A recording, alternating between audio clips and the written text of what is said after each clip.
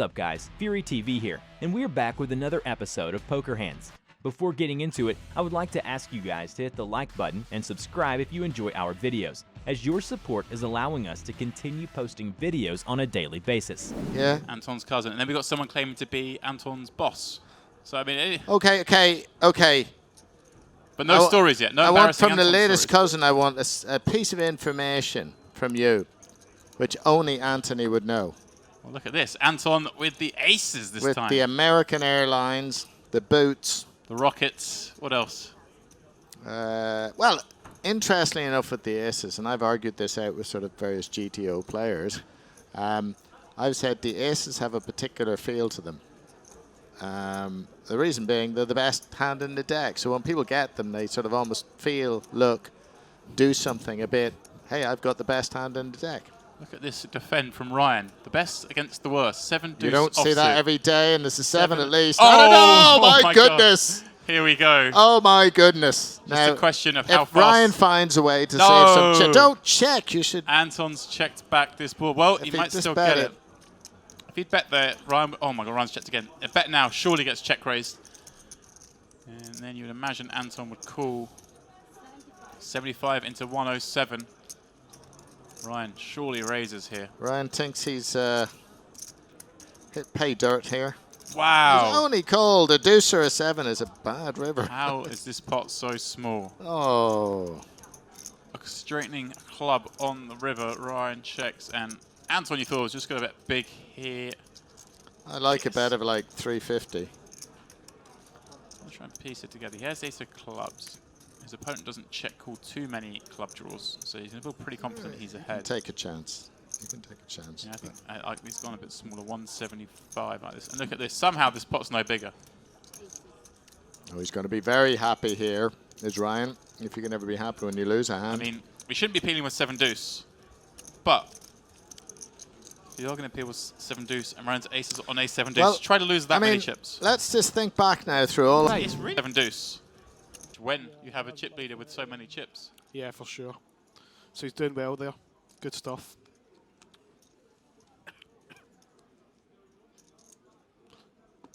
Tom's going to limp in with Jack-9 suited. And that's him basically doubled there. He just had him covered. 1 chip in it. Smallest chips in play. Blue 100Ks. That was the difference in stack. So Kristen's just elected to check back. It's such a poor hand that she could have tried to win it pre-flop and popped it up. It wouldn't have obviously done the job. Tom would have called.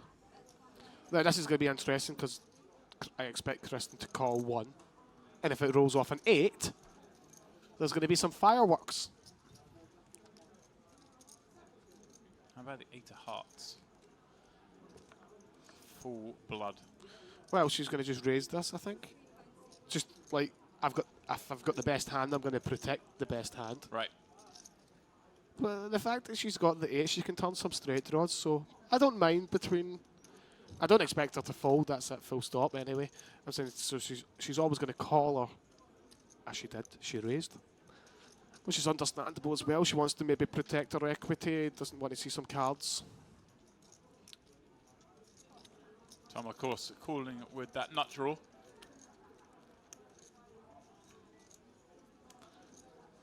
Oh my God. Wow. And it's came an 8. Tom checks Chrissy now with a pretty clear value bet, holding 2 pair, having had her raise called. Yeah, this hand needs protection big time.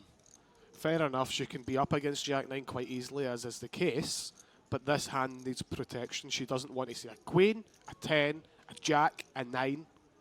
Like, they are the main cards that she doesn't want to see at the same time as she doesn't want to see a king, an ace, because king, jack can get there, 2 pair can get there, with like a king or whatever. And also, of course, you know, blind Tom's limit, so you're never quite sure what the bad cards are you? If he's got a queen here and he continues, you... I just wonder if Tom's going to maybe just decide to... Like, this is a bit of a mind, a messy thing for the mind here.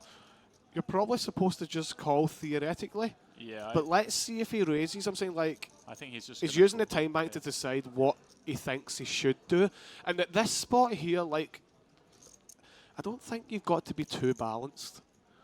I'm saying, like, we don't block any of the pairs, so when she does raise the flop and then bets the turn, then that's a good chance she's got 2 pair. Yeah, but just raise it up, make it 17.5 million or whatever, or make it like 15 million, 14.5 million.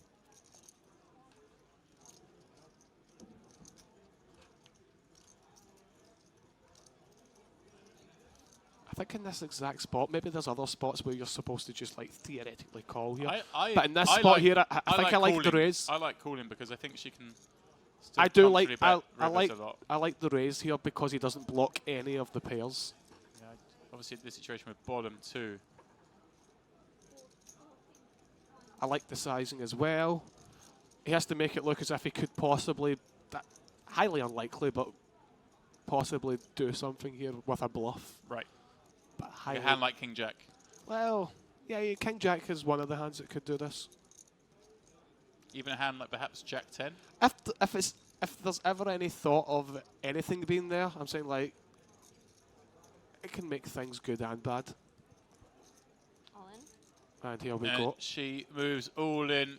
Music. He snaps, and once more Tom all in. A chance of basically a double up here. I think I like that. Yeah, it's music to Tom's ears when he hears the old all in. Obviously, like, Kristen's never going to be dead.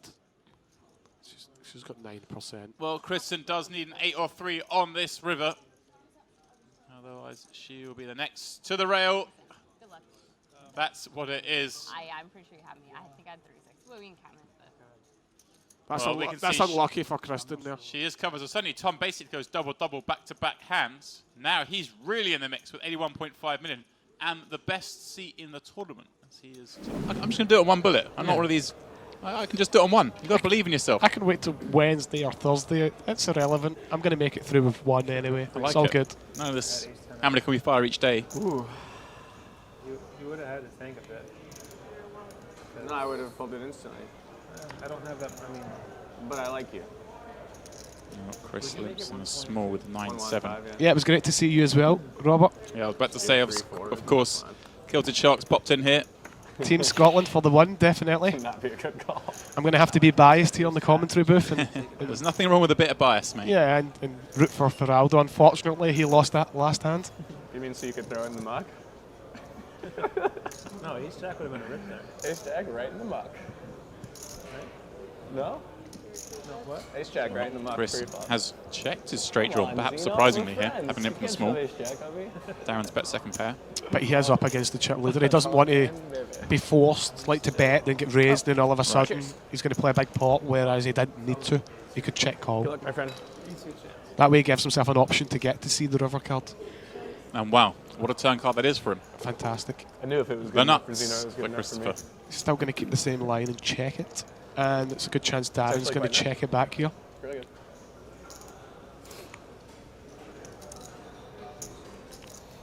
He's got like the worst 8 you can like ever bet. Well, and that on the river. Nice. If Christopher does seem does find a check here, unlikely. But if he did, well, what if he bets? Does Darren not raise? No, I think he just calls, depending on the sizing. Right, that's what I'm saying. If he goes to kind of like a block sizing. That's the thing with the game at this moment in time. I'm saying like it would have to be a very small sizing. Well, it is pretty small. 350. Well, that's perfect. Darren's going to make it like 1.1 million. And Christopher may just be all in. He just gets to say those words. Yeah, the sizing, very good sizing here from Christopher. It's a perfect run out for Chris. Not only did he turn the nuts, but he missed a heart or spade coming on the river as well. If Christopher did go like half pot here, I would just assume that Darren would just snap call. Right. If he went like 70% pot, I would assume he'd just go half pot. He's got 1.6 by the looks of things here. That's monstrous. I thought he was going to go like 1.1. He's went 1.6. Just trying to get Chris to hero him. He does beat like 5-6. That's the only 2 pair that he beats and gets maybe called off of. But at the same time as making it 1.6, when he does get jammed on, it makes it easier to fold at times. Because it's harder to bluff that sizing. Yeah. But there's all sorts of levels involved in these situations. You can level yourself. There goes the time bank. Balance the old time bank usage. Yeah, definitely. That's what it's there for. Not for decisions. As you can see, he has no decision. Yeah, I mean, Darren's just hoping that Chris somehow got to the river here with an 8 or a 10, I guess, that isn't going to fold. When he raises, it just looks so bluffy with all those draws missing. But we can see Chris has the nuts. Just deciding how much to make it. I think this is going to be all in. Well, I was about to ask you that. As a bluff, given the ICM considerations, would he not bluff smaller than all in? No, I don't think he would. I think he's trying to decide whether or not he should make it like 4 million and keep himself like 4 million it back. Looks like he keeps himself 4 million back, right? Yeah, that way he gives himself a chance to outlast Zeno. Yeah. And get that extra 25k pay jump or whatever it is. I think it's definitely something he might do here. But the question is, if he were to turn some sort of hand into a bluff, I'm trying to think what hand would he get to this stage with. Wow, he's burning all the time I cards. think he's just trying to... Darren just obviously thinks he's got the best hand. I don't know if he's made up his mind and decided he's going to shove all in, or he's trying to think what is the best, because he is very much like one of the best players online.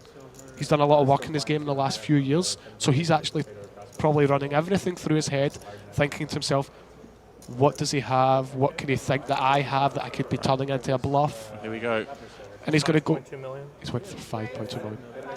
Okay. Wow, and Elias wants to be sick. So yeah, he has left himself those chips back, perhaps making it look like it could be a bluff. So he's ended up going in between the all-in and the 4 million or whatever we were talking about. That was fun. I miss hanging out with you and Emily. Like, Wow, huge pot going off there. Like he's used a lot of time banks there and he's worked out what he thinks is the best play. Right. Because at the same time as you making that play, you can't just be making that play because you have the nuts. You've got to also think, what hands what bluff is can I he going to represent? perceive that I'm going to be turning into a bluff? Right, that was why I thought maybe less than all in is... And I'm trying to think just now by looking at this board, and it's taken me a long time to think.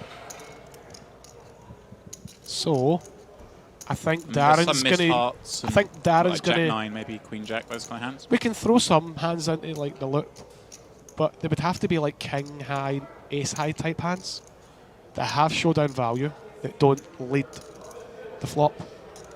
So that's pretty much natural from Darren. He's going to use another time bank as well because I think he's going to work out the correct decision and fold. My only question is... He's thinking clearly, my like, question, what are the hands here that he's bluffing, turning into a bluff? The question I was going to ask you is, obviously his value hands are pretty much what, just the nuts. Like, I'll come back to my thought, which was, I asked you, does Christopher not usually bet this flop? And there we go, he has made the call.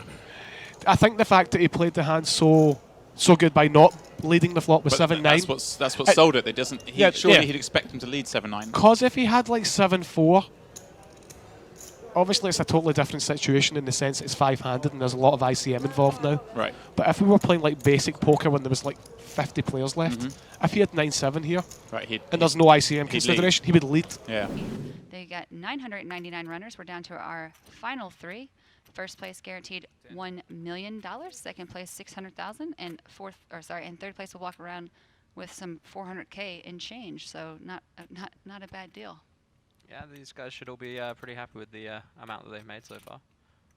I don't know how many bullets each one of them is in for, but I can't imagine David's in for too many because after winning the 10K high roller, I think he could only play the turbo and probably wouldn't allowed him to get yeah, he in. would have missed the first 2 day ones.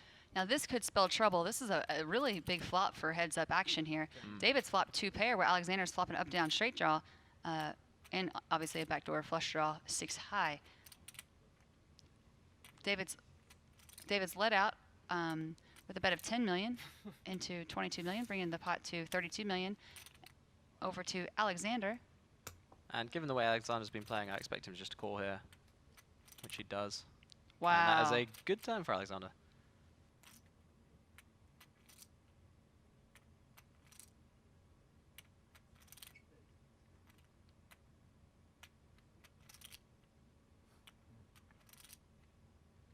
So what a turn card for Alexander. 65. Wow. And an overbet. Wow. What a wow. Wow. Yes. That is a large bet. That is quite I like an it. overbet.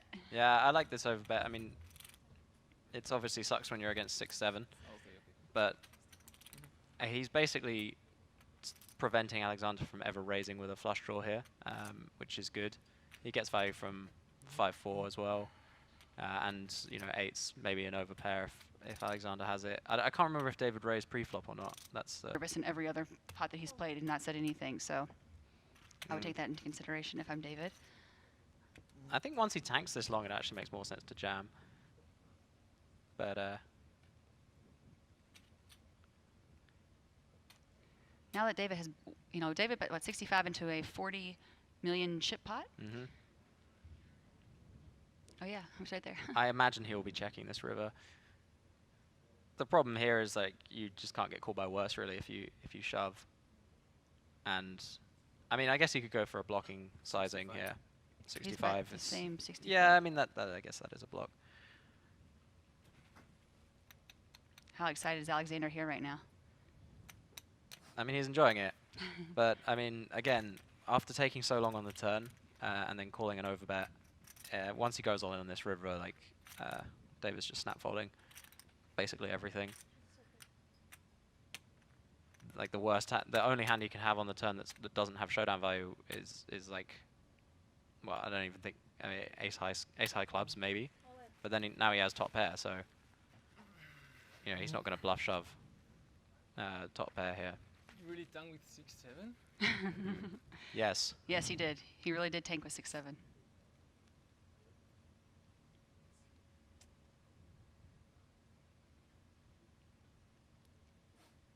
It'd have to be a hand like 6-7. 6-7, all combos of 6-7 and 4 combos of 6-3 suited. So And only 20 combos there, but I think those are the only 20 combos he has. Full stop. Yeah, he doesn't have so 3-6 off. I think he has 0 bluff combos. Nice hand. Thank